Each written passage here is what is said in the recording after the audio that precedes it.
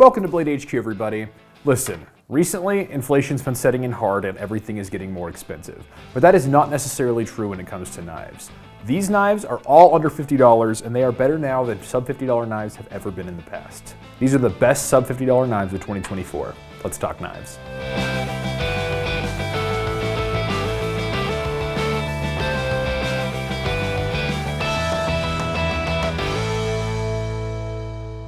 In the last 5 years, a lot of new brands have shown up on the scene, and a lot of legacy brands have continued to release awesome sub $50 knives as well. But some of these new brands of the last 5 years I really want to talk about because they are bringing some awesome stuff. The first being CJRB. This is the budget subsidiary of Artisan Cutlery, so you're going to get all the same build quality of an Artisan Cutlery knife, just with more affordable materials. But affordable does not mean cheap. So on this Pyrite, we have a AR RPM 9 blade steel. That is a powder steel, and usually powder steels are reserved for much more expensive stuff. But for less than $50, you're getting this thing. And it's not just that blade, it has a really fidgety button lock action. We're gonna talk more about button locks here in a bit, but the Pyrite is awesome. We've sold a lot of them. They come in a bunch of different flavors, and if you wanna get really fancy with it, we even have an S90V version with a milled steel handle. It goes for like 90 bucks. So even if you're looking to shop under $100, there's a lot of great CJRB there. Also, this year CJRB came out with the Hectare. This has the crossbar lock. Benchmade's patent on that expired a few years ago, and now we're starting to see it all over the place.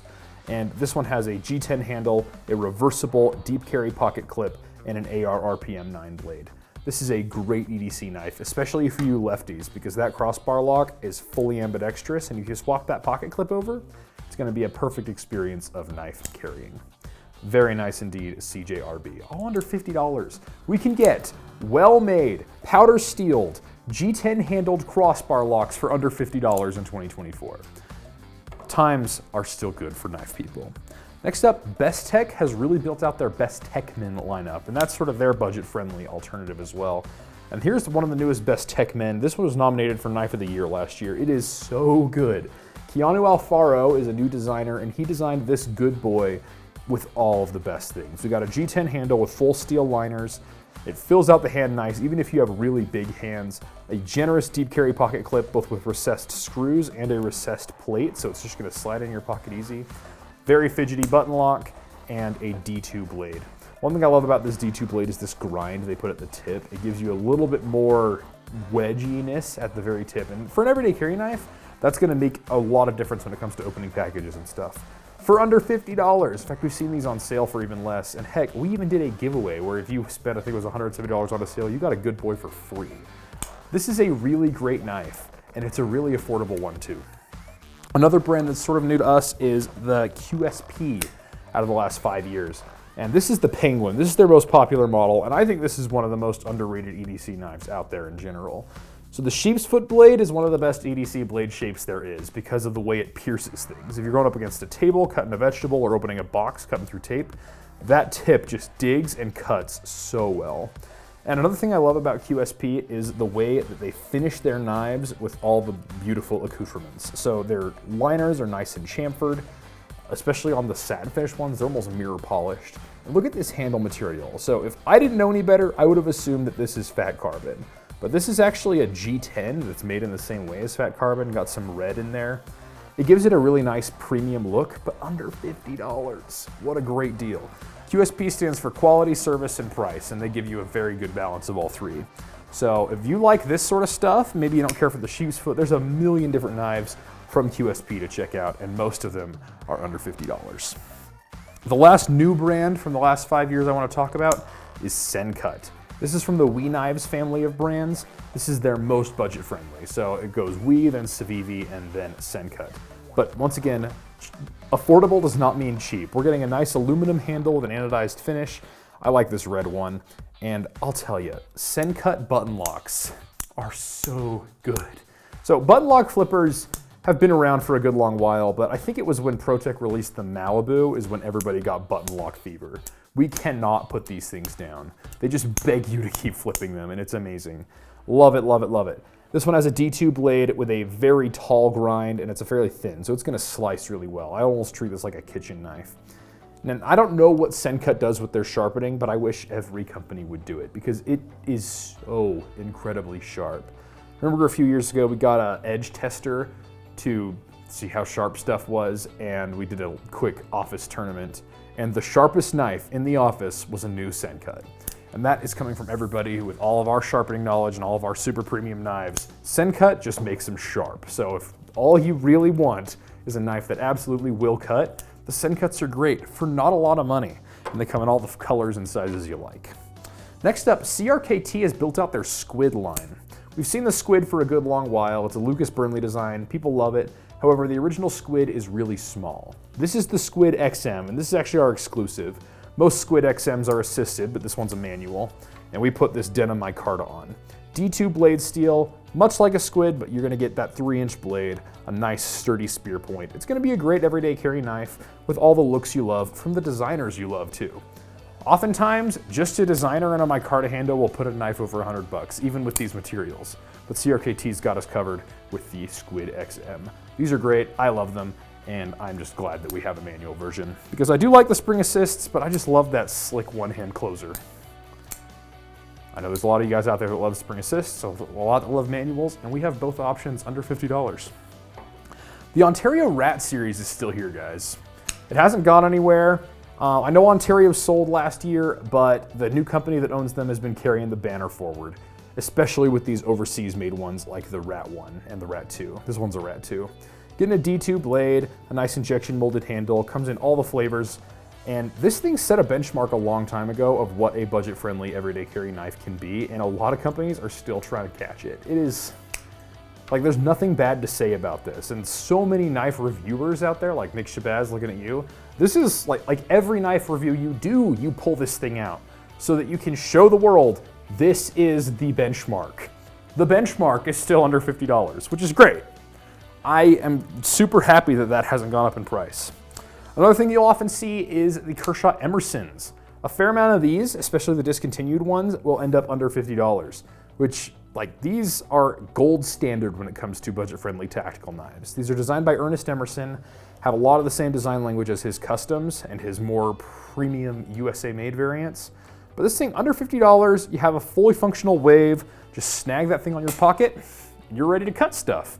Or bad guys, if you are in an unfortunate situation. But this all comes in a trainer as well, so if you're looking to get into that martial arts thing, there's a world of awesome stuff that you can do with this knife. And I just like it because it's a good EDC knife. A nice handle, a good utilitarian clip point blade. I'd carry that and cut stuff with it all day. Very affordable, very good, and it's 2024, guys. Inflation's bad, but clearly you can still get great stuff in that way. Also, Kershaw's come out with this Outlier. So what I like about this Outlier is the thumb stud. Hear me out. So we have a flipper opener. If you're just gonna open it and open a package, hit the flipper, open your package. It's gonna be great. However, this thumb stud is really big and it's knurled around the edges here. Maybe we can catch that on camera. And this thing is super easy to get with your thumb. And so easy, in fact, that if it's upside down in your pocket and you draw it with your index finger, if you get good, you can flick it with your pinky. It'll take some practice and some breaking of the D10. But you can flick it with your pinky. I did it off camera. I just can't do anything when you turn the camera on. This thing's great. And it's like one-hand opening, reverse draw karambits used to be a really expensive thing. Like the Fox Knives karambit was often the only name in the game. But now there's a million karambits out there. And even this one, which with a little bit of practice, here I'm determined I'm gonna open it with the pinky. I gotta do this.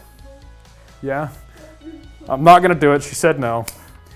But anyway, I cut myself really bad with a karambit a few months ago and Sarah told me I'm not allowed to do it anymore, so I'm going to hold this karambit gently. If you want to see people handling karambits all crazy, go see my friend Tommaso Lost over at the Tactical Tavern. But karambit, if you're into that, there's a really great one for sub $50. Moving on to stop stressing out the camera girl. Buck Knives still has a ton of stuff under 50, including the 110 and 112 Slim Select series. So these ones are just like the 110s and 112s, however, they trade the big brass and ebony handles for these injection molded ones. Those keep it light, they keep it slim, but all the same strength that you want comes from that lock, still here. Boss heat treated 420 HC blade steel, still here. Added a pocket clip for everyday carry, USA made, under $50. And I'll tell you, if I could only carry this knife for the rest of my life, I think I could still be happy. It's a great knife, it's well made. Honestly, of all the knives on the table, this is probably the one I'm looking at the most right now, because it's just a simple, clean knife that will do a lot of work, and it's backed by an incredible warranty, made in the USA. I know the people up at Buck, they're awesome. Seriously, Buck Knives offers some great value for USA made. But they're not the only USA made name in the game over here. Case Knives has a lot of USA made stuff. I grabbed this Sodbuster. This one has this yellow Delrin handle and the chrome vanadium blade steel, so it's a carbon steel, a little patina, real nice. To me, this feels like the gold standard of hard use slip joints. It's a traditional. If you want the bone handles, those will often put you over a little bit of 100, but for these yellow Delrins, which are impervious to the elements and heat and cold and all that good stuff, you're looking under $50. USA made, once again, backed by a great warranty, and a almost century-and-a-half old brand is making this. 50 bucks or less. I'll tell you, some of these legacy brands have been doing it so long, they've gotten so good at making knives that they can do it at scale and price them accordingly. And I really appreciate that Case has been up to that. And if you want even the more premium ones, like the big ones with the bone handles and all that, those are often less than 100. So the world of budget traditionals is growing ever larger. As for you multi-tool people, Victorinox. Victorinox still makes a bunch of great everyday carry stuff for less than $50. This is the Super Tinker. This is my favorite EDC, Victorinox. We have a Phillips head screwdriver. We have the reamer. And then up here we have the traditional bottle opener and can opener combo. 2 blades, and if I can get these scissors out, scissors. And I'll tell you, these scissors are great. The go-to way I can tell if multi-tool scissors are gonna do it for me is, can they trim my fingernails? Ugh. Brother, ugh. What's that? What's that, brother? These can. I will not demonstrate here because this is not my knife and nobody wants that. But I have my knife and it works just great. Now, these are a lot of great knives, and I want to tell you that most of these, in fact, I think all but the Emerson, are not on sale for this price. Every single knife that we've seen so far, sans Emerson, is just available at everyday price, less than $50. You don't have to wait for any sales or discontinuations or anything. But that sale category is often being repopulated with stuff that's been discontinued, stuff that we have a lot of stock of, stuff that we got a great deal on, etc., etc., etc. There's a million reasons stuff ends up on sale, and we're doing campaigns all the time. So like right now, you can get these M&P OTFs for less than $50. And I'll tell you, nothing gives more smiles per mile, for me at least, than these things. Like, they fire hard, they lock up pretty solid. Fit less than 50 bucks, this thing, it's just fun. It's super satisfying. Every time I pick one up, I go up to my coworkers and I'm just like, and I often get weird looks, but you know what? That's okay. I work at Blade HQ and I can get away with it. If there's one thing I hope you've learned from this, it is that the world of sharp and pointy is still affordable if you need it to be. Yes, there's a lot of brands out there that are getting more expensive and harder to get, but there's a ton of great cutting tools that are still within your price range. And if inflation is hitting you as it's hard as it's hitting us, your knife budget may be smaller than it's ever been. But if you've got that itch that only a knife can scratch, you can scratch it for less than $50 at BladeHQ.com. This is but a drop in the bucket of what we have. Head on over and find the best affordable knives for you, and I can promise you, you will find a knife that will do all of your cutting needs and make you smile every time you use it for the budget that you have allotted. Thanks for watching. We'll see you next time.